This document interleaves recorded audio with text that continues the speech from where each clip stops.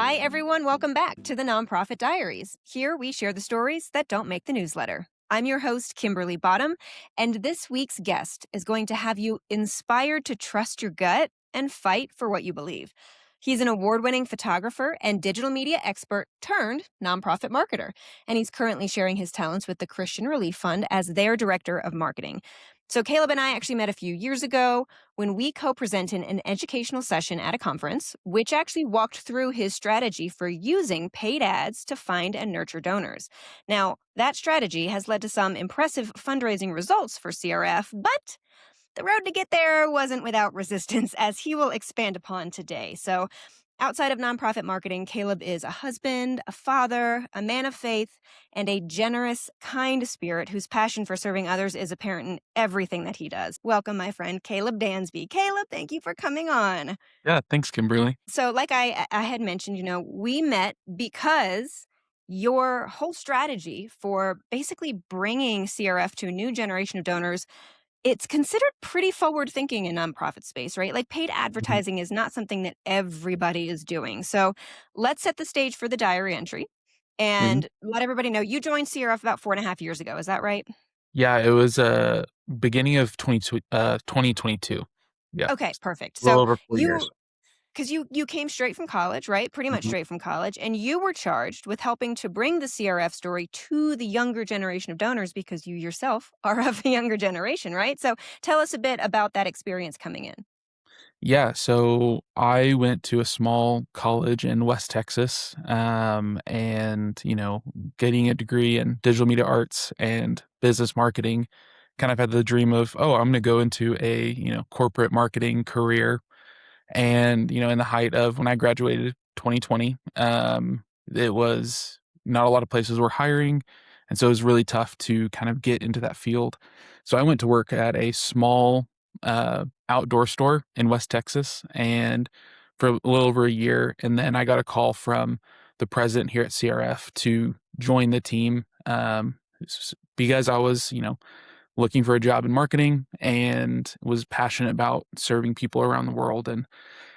But I didn't really know anything about nonprofit marketing. So it was a huge shift of kind of what I knew from like the university level of what marketing tactics were to then try to apply that to the nonprofit sector. So it was a very hard to kind of learn and adapt that first year. Yeah, but I mean, they hired you for a fresh perspective. Yes, Yeah. right. That was Yeah. kind of the point. But Yeah. it's funny when we chatted about this before, we came on to record. You got a little bit, even though they brought you in because they wanted your fresh perspective, Mhm. you gave it to them. They were like, nah, I don't know. We've always done it this way, right? There was a little Yeah. resistance there. Absolutely, and, and what I was learning about nonprofit, marketing was kind of things we weren't doing. So, kind of the Google Ads or even just, advertising outside of our sector of connection, Hmm. because, what made CRF work for so long, we've been at it for over 50 years, and it was just personal connection. So going from Yeah. place to place, one on one, our president or former founder, they would go to churches or other groups to fundraise, and you know, being in the present age, that's hard to do with attention spans. It's hard to do with just trying to reach too many people at one time. And so bringing in kind of that idea of, hey, we need to try to do this was kinda met with, "Oh, we've tried that, and it didn't work." And so, I was like, "Okay, well, how did we do it?" "Oh, we kinda did it on Right. Facebook, or we ran it ourselves." And so the person who was ahead of me, who is now the director of water and, strategic growth, we kinda worked with a group called Feather, and the first 2 years were a little rocky. Not a lot of conversions, not a conversion value, but enough to kind of make our money back. Um, and some of the board and our leadership was, well, is this really worth putting the money into it? And I was like, let's trust it. Let's do another year. Let's see where it goes. And in our third year, we brought in $3,540,000 of ad revenue, which was 30x of what our ad spend was. Year 4, we reached almost 200,000. So it Wow. even further from there of just, all right, we're in the space now, but like that we've waited and patiently waited, kind Yep. of, trying to say, hey, this is where we need to be doing it. We're reaching people where we wouldn't be able to in person. Mhm. And so for those listening who aren't aware, Feather is a platform, right? It is a Mhm. software that is specifically made for nonprofits to help them use paid advertising to reach new donors and basically, kind of like the cart abandonment, right? When you almost buy the shoes but you don't, and then you get all these reminders over the internet to go back and buy the shoes. So it's very much like that, and that's sort of just how the younger generation consumes content Mhm. now, which is these constant taps on the shoulder to remind them to do something.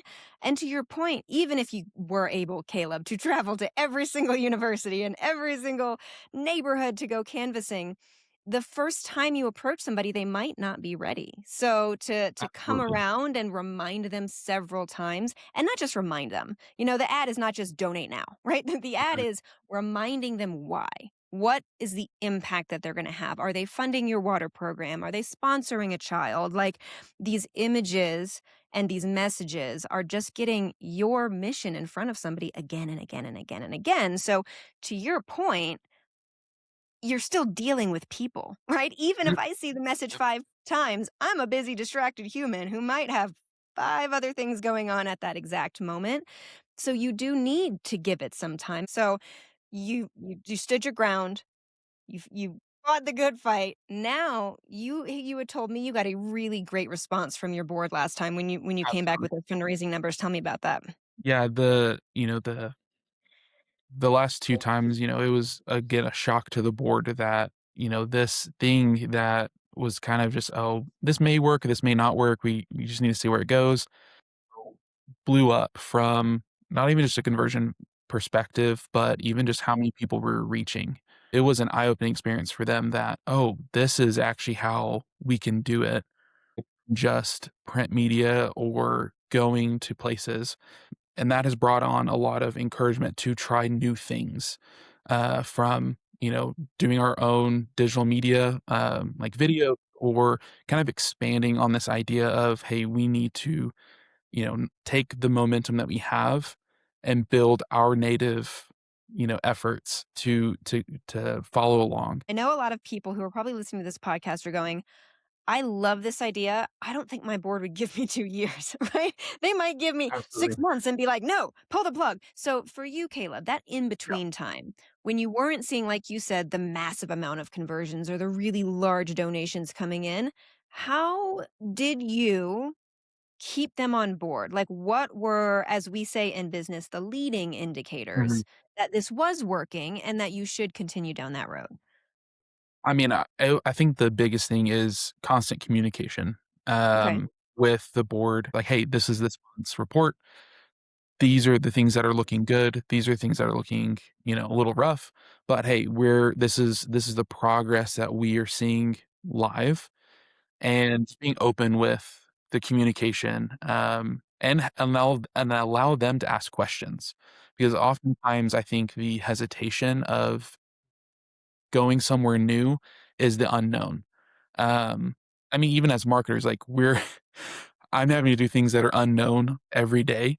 "Oh, is this ad gonna work? Or is this print gonna work?"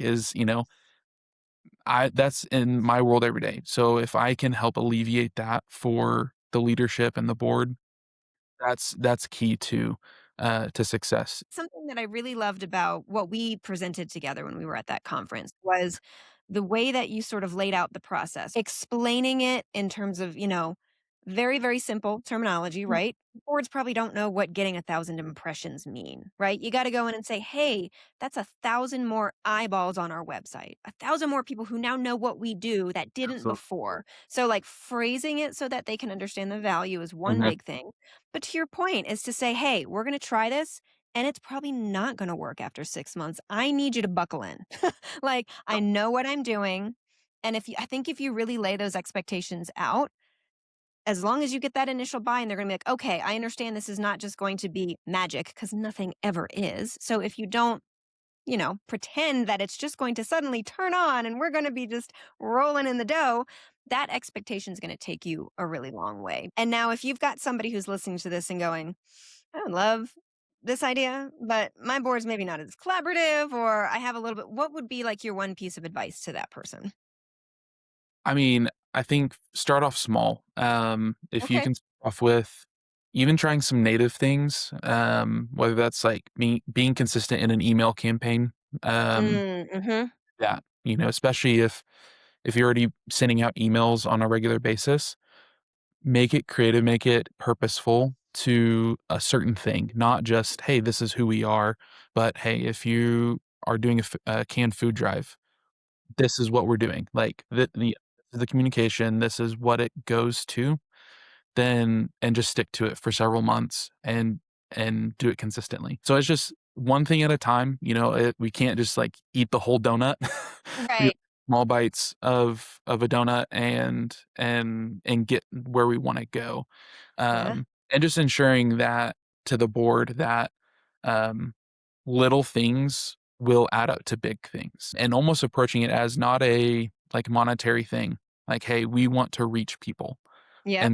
And that's one thing that helped really is outside of those 2 years where we didn't have a good conversion, I Hmm. could say, "Hey, we are reaching 300,000 people." Yeah. Eyes were like, "Oh, wow, like, that's a lot of people we're reaching." It's like, yeah, that is our goal until we can start getting those donations in. Something that my boss always tells me, and I find a lot of comfort in, is there's no losing. You either win or you learn.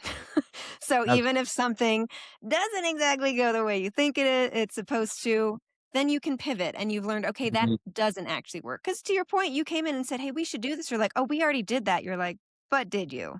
mhm, Did you really? Did you give it, the right amount of time? Did you pay attention to what was working and what wasn't, and then make adjustments? Like, you know, marketing and advertising is not something you just turn on and it just mhm, goes. You need a smart person absolutely. behind those numbers to really analyze the reactions and make those adjustments. And I'm so proud of you for sticking in there and doing what needed to be done, and now creating just incredible outcomes for Mhm, CRF, right? The donation revenue is impressive, but what you guys are actually doing on the end of the mission yep, is even more inspiring. It's something that if you haven't gone and checked out the Christian Relief Fund, loyal listeners, please go do so, because just the website's going to make you have a tear in your eye. It's such a beautiful mission. And Caleb, I'm so happy that they have you and they have someone who's got enough gumption to stand up for what they believe in to make big difference for them. So thank you for sharing your story today. absolutely. I know it was quick, but I mean, I could probably talk about this for, hours upon hours, so Okay, well, I'm going to link Caleb's LinkedIn in the description for this podcast. So if you want to have a conversation about nonprofit marketing, or mhm, just meet a really awesome human, shoot him a note because he's a yeah. good guy to know. So, Caleb, thank you again for being on the podcast. For everybody out there listening, this is your reminder this week to hydrate and practice self care. You are doing great. And if it helps, we would love to have you on the podcast. You can submit your own diary entry by clicking on the link in the description. Have a wonderful week, guys. We'll see you next time.